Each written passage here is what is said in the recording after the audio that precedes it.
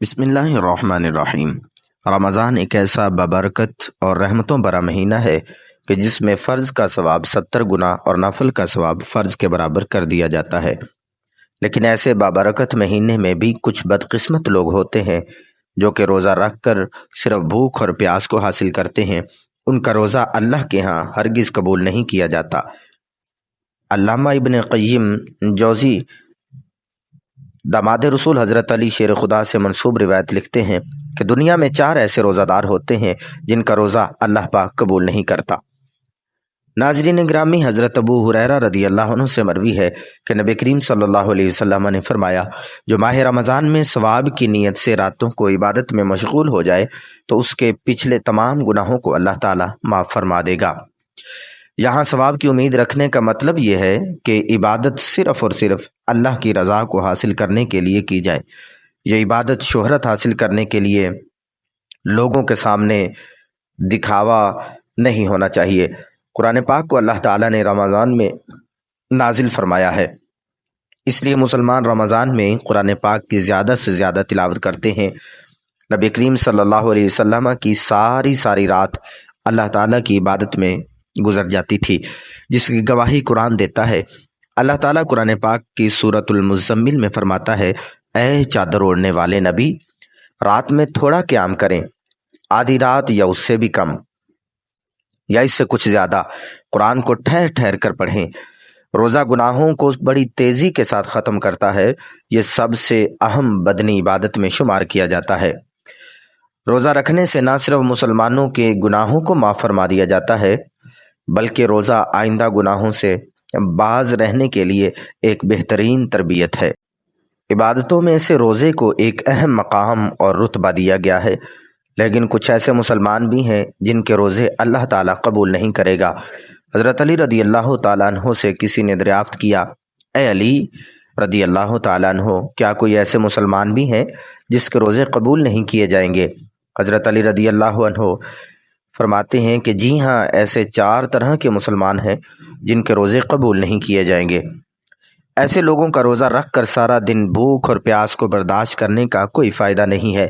روزے قیامت ایسے 4 لوگوں کے روزے ان کے منہ پر مارے جائیں گے۔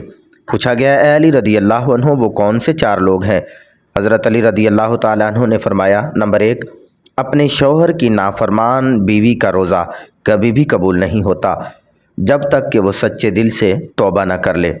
پیارے دوستو، حضرت علی رضی اللہ عنہ کو اللہ تعالیٰ نے بے شمار علم کے ساتھ نوازا ہے۔ یہی وجہ ہے کہ رسول اللہ صلی اللہ علیہ وآلہ وسلم نے فرمایا کہ میں علم کا شہر ہوں اور اس شہر کا دروازہ علی ہے۔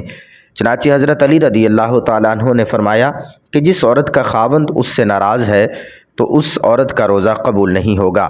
سارا دن بھوک اور پیاس کے علاوہ اس کو کچھ حاصل نہیں ہوگا۔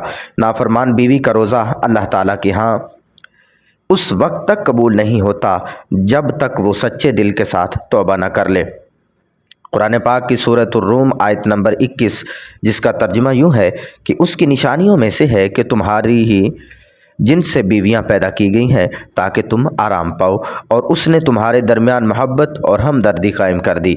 یقیناً غور و فکر کرنے والوں کے لیے اس میں بہت زیادہ نشانیاں ہیں۔ قرآن پاک کی سورۃ النساء آیت نمبر 23، جس کا ترجمہ یوں بیان کیا جاتا ہے، مرد عورت پر حاکم ہے، اس وجہ سے کہ اللہ تعالیٰ نے ایک دوسرے پر فضیلت دی ہے۔ اس وجہ سے مردوں نے مال خرچ کیے ہیں۔ نیک فرما بردار عورتیں خاوند کی غیر موجودگی میں حفاظت الہی نگہداشت رکھنے والیاں ہیں، اور جن عورتوں کی نافرمانی اور بد دماغی کا تم کو خوف ہو انہیں نصیحت کرو اور ان کو الگ بستر پر چھوڑ دو۔ اگر وہ باز نہ آئیں تو پھر ان کو مار کی سزا دو، اگر وہ تابعداری کریں تو ان پر راستہ تلاش نہ کرو، بے شک اللہ تعالیٰ بڑی بلند اور بھلائی والا ہے۔ حضرت حسین ابن محسن رضی اللہ تعالیٰ عنہ سے مروی ہے کہ ان کی پھوپھی کسی ضرورت سے رسول اللہ صلی اللہ علیہ وآلہ وسلم کی بارگاہ میں آئی۔ جب وہ واپس جانے لگی تو نبی کریم صلی اللہ علیہ وآلہ وسلم نے پوچھا کہ تمہارے شوہر کے ساتھ سلوک کیسا ہے؟ انہوں نے جواب دیتے ہوئے کہا کہ میں اس کی ضروریات کو پورا کرتی ہوں، اپنی طرف سے تو کوئی شکایت کا موقع نہیں دیتی ہوں۔ نبی کریم صلی اللہ علیہ وآلہ وسلم نے فرمایا کہ اپنے خاوند کا پورا خیال رکھا کرو، وہی تمہاری جنت اور جہنم ہے۔ اگر اس کے ساتھ اچھا سلوک کرو گے تو جنت میں جاؤ گی، اگر اس کے ساتھ بد سلوکی رکھو گی تو جہنم میں جاؤ گی۔ نبی کریم صلی اللہ علیہ وآلہ وسلم کا فرمان ہے، جو عورت پانچوں نمازوں کی پابندی کرتی ہے، رمضان کے سارے روزے رکھتی ہے، اپنے شوہر کی خواہش کے مطابق رہتے ہوئے زندگی بسر کرے، تو اللہ تعالیٰ کی طرف سے ایسی عورت کو کھلی اجازت ہوگی کہ وہ جنت کے جس دروازے سے چاہے جنت میں داخل ہو سکتی ہے۔ ان کے علاوہ اور بھی کافی اللہ تعالیٰ کے ارشادات اور نبی کریم صلی اللہ علیہ وآلہ وسلم کی حدیث میں ذکر ہے، جس میں ایک عورت کو اپنے شوہر کے ساتھ اچھا سلوک کرنے کی اہمیت بیان کی گئی ہے۔ حضرت علی رضی اللہ تعالیٰ عنہ نے فرمایا کہ نافرمان اولاد کا بھی روزہ قبول نہیں ہوتا۔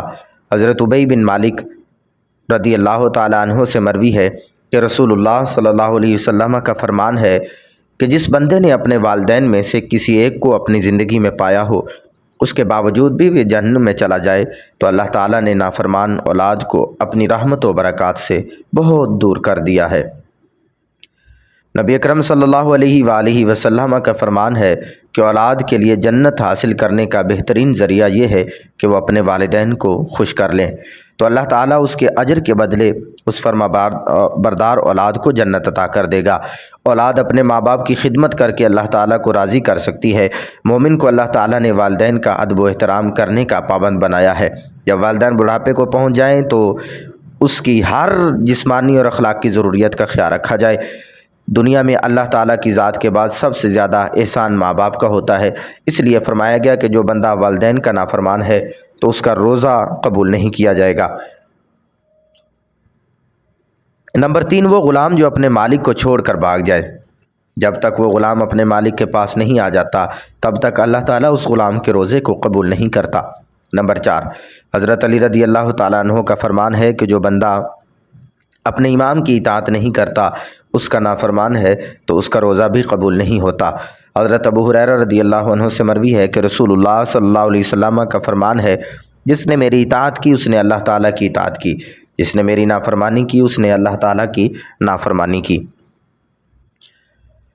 قرآن پاک کی سورۃ النساء آیت نمبر 59 میں اللہ تعالیٰ کا ارشاد ہے کہ رسول اللہ صلی اللہ علیہ وآلہ وسلم کی اطاعت کے بعد امام وقت کی اطاعت کے بارے میں یہ حکم ہے کہ اے ایمان والو، حکم مانو اللہ تعالیٰ کا اور حکم مانو رسول اللہ صلی اللہ علیہ وآلہ وسلم کا اور ان کا جو تم پر حکومت والے ہیں۔ قرآن مجید اور حدیث محمدی صلی اللہ علیہ وآلہ وسلم میں ہے کہ رسول اللہ صلی اللہ علیہ وآلہ وسلم کی اطاعت کے بعد تم پر امام یعنی امیر جو حکومت کر رہا ہے اس کی اطاعت کرنا تم پر لازمی قرار دیا گیا ہے۔ حدیث مبارکہ کے آخری حصہ میں یوں فرمایا گیا کہ جس نے اپنے امیر کی اطاعت کی اس نے رسول اللہ صلی اللہ علیہ وسلم کی اطاعت کی، جس نے اپنے امیر کی نافرمانی کی اس نے میری نافرمانی کی۔ پیارے دوستو، اللہ تعالیٰ نے ہم پر رمضان کا مہینہ اس لیے نازل فرمایا ہے کہ ہم نیک کام کر کے اپنے مہینوں کی نسبت لاکھوں درجے زیادہ نیکیاں حاصل کر کے اپنی بخشش کے حقدار بن سکیں۔ پیارے بھائیوں، ہم کو اپنی آپ پر غور کرنی چاہیے کہ ہم میں سے کسی میں یہ 4 باتیں تو نہیں پائی جاتی۔ اگر ہم میں سے کوئی ایک بات بھی موجود ہے تو ہمیں چاہیے کہ فوراً اللہ تعالیٰ سے سچے دل سے توبہ کریں تاکہ اللہ تعالیٰ کے ہاں ہمارا بھی روزہ قبول ہو۔ اللہ تعالیٰ سے دعا ہے کہ اللہ تعالیٰ ہم کو ان 4 برائیوں سے بچنے کی توفیق عطا فرمائے، آمین۔ ناظرین، کمنٹ باکس میں اللہ تعالیٰ کے 99 ناموں میں سے ایک نام ضرور ٹائپ کریں۔ شکریہ۔